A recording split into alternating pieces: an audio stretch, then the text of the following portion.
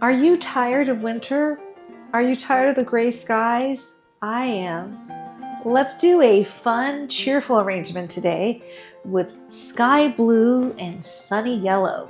I'm going to use this cute blue and yellow container I have for many years. I really love that country French style.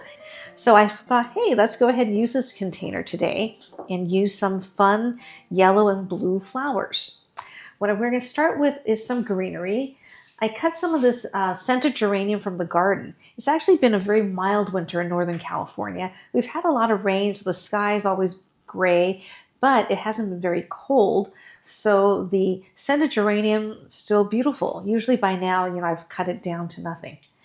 I'm going to green in very lightly because we don't have a very large container, and I've got a lot of beautiful flowers to use. I'm just going to put a little bit around the edge. Now, I say it in every single video, but I'm going to say it again. I'm very selective about the type of greenery we use. I like greenery that looks like we just picked it from the garden, and I actually did just pick this from the garden. Just going to put a little bit of this beautiful, fresh, vibrant green scented geranium in here as our greenery. We don't need a lot because I've got hydrangeas and really giant mums, so we're not going to need to cover our foam all that much. But a little greenery is always pretty around the edges, I think. Okay.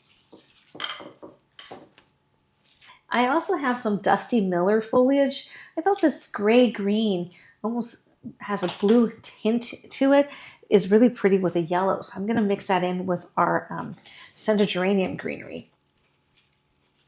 See, your greenery or foliage should always be a feature of your arrangement and not just an afterthought.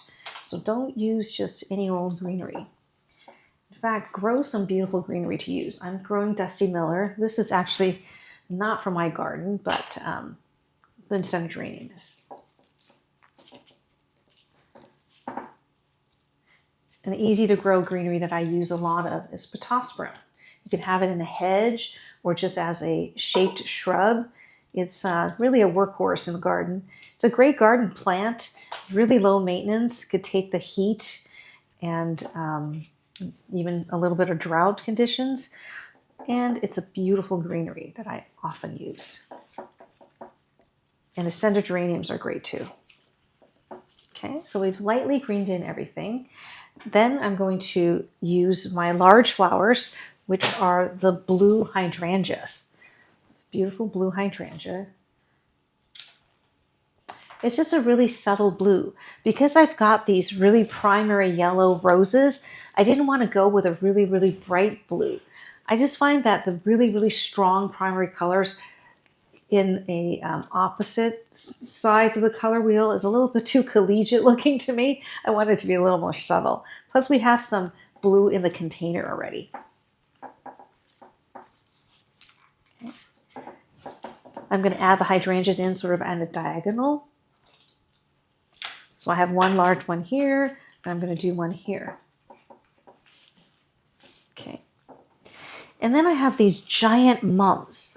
Now, when I bought them, I knew that they were going to bloom big, but I didn't know they were going to be this big.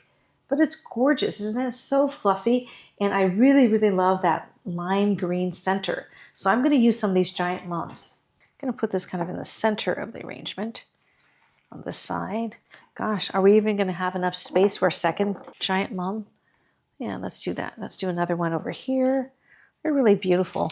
I don't love all mums. I mean, they're just so pedestrian, but these are spectacular. I love them. Okay. So we already have the shape of our arrangement. I'm not going to do any fancy, shapes or lines today. We're just going to design sort of with color and texture. Next, we're going to add in these beautiful yellow spray roses. They look really fresh and nice. And they're such a beautiful color. I didn't go for the big, regular Ecuadorian roses because I knew that we were going to have the giant mums and the hydrangeas. So we have a lot of very large flowers. And this yellow is such a strong color that these spray roses, I think, would be perfect in here. Spray roses are one of my favorite floral materials to use. They're very inexpensive compared to large roses. And I don't know, they're just really charming. There's just so many uses for them. So add a cluster there, add a little bit here.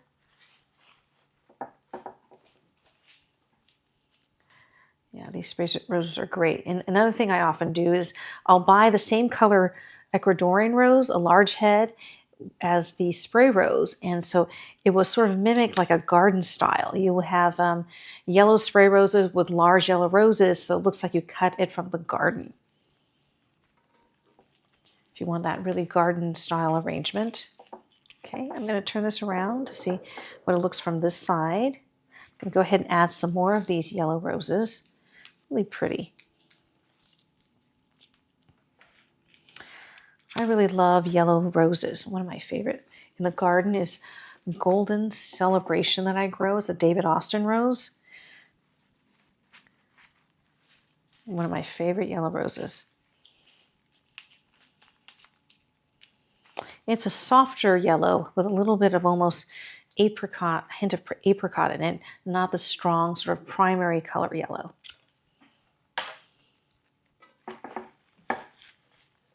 Okay, we added in our yellow roses. Add a little bit more in because that's just where our main pops of yellow are going to be. Okay. And then I have some accent flowers that I think would be so fun and cheerful to use with this. I have this filler flower called Solidago, which will bloom yellow. You can already see that, you know, these green buds have a little hint of yellow in them, and they'll bloom yellow, little yellow blossoms. I think that'd be perfect in here. And I love these little feverfew, these little daisy-like feverfew. They look like tiny mini daisies. They're so cute. Here's a Solidago that's already starting to bloom, so you can see that it's kind of yellow. And this is a beautiful material to use around the edges of the plant because it'll kind of cascade down a little bit. I love this. I often buy it really tight, very green, because I want usually like a pale green. In this case, I want it to bloom yellow because I've used it in events a lot, even with arrangements that are not yellow, because if it stays green, it's a wonderful textury filler to use. I'm just going to add it throughout the arrangement. Doing a lot of asymmetrical sort of line style arrangements lately. It's nice to do one that's just kind of clustered. Use a little bit more material sometimes with the clustered arrangements, but I think it's a little easier to do because you don't have to worry about placement so much.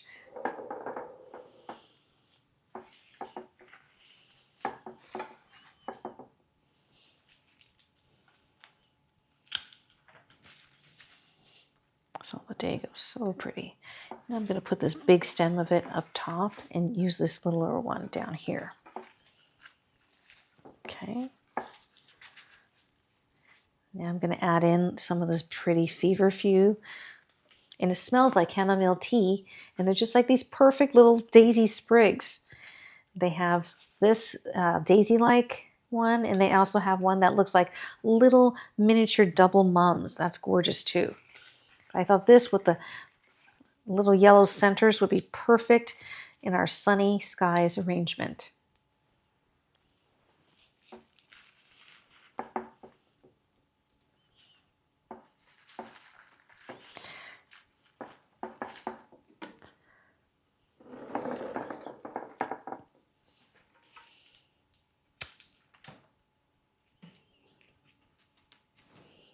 Smells really good.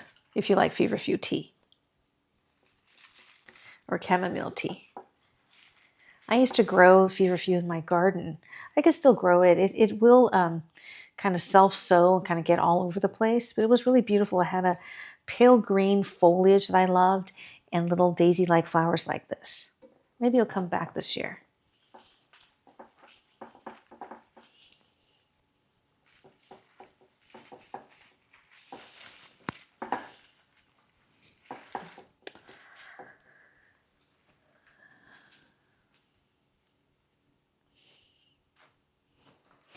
I like how they just have these little casual little heads that kind of bob around. that makes any sense. So we have kind of a clustered arrangement, but by adding these kind of looser or casual flowers, it makes it a little less tight looking. Okay.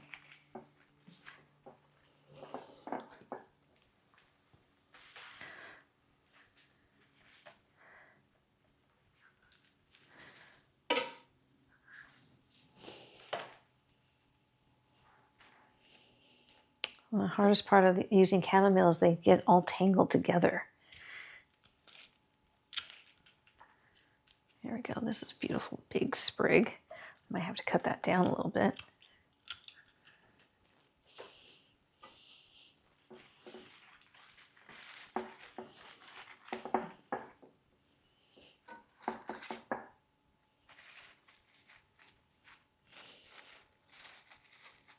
So you could barely see the greenery we added in, but it's there.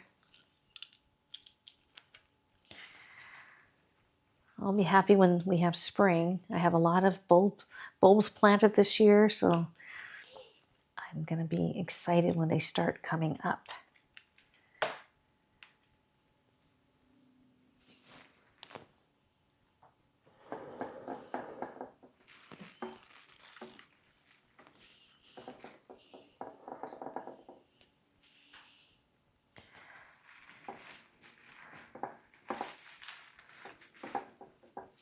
Okay, I think we're mostly done.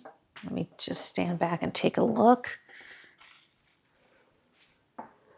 Should we add another solidago there on top so we have a little bit more symmetry? Just don't want it to look like antlers when you add these kind of pointy flowers, you know, on either side.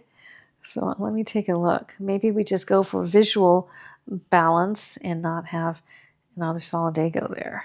I don't know. Maybe I'll put it in a little lower so that it's there, but it's not like we have two equal parts here, so it looks like antlers. Okay, I think that's pretty cute. And it was super easy to do. Oh, I still have these beautiful yellow freesias. I almost feel like we don't need to add them. What do you think? Do we add some freesia in? Oh, why not? I bought them, right? We might as well use them. One of my favorite flowers, freesias.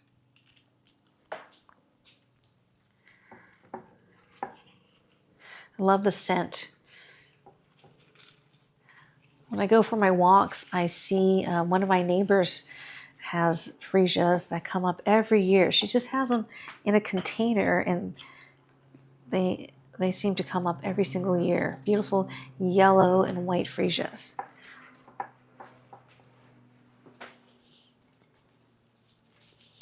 These are very fresh freesias. They're not quite bloomed yet, but they will bloom in a few days, and they're very long lasting, so we can enjoy the freesia for a long time in this arrangement. They're sort of directional, so you want to be aware of where you're putting it, because you don't want it to, I don't know, kind of have a weird direction, the buds pointing the wrong way or intersecting. These freesias are so healthy and beautiful right now. Sometimes, you know, we buy freesias to use for weddings and they're like really small and flimsy looking, but these are just amazing.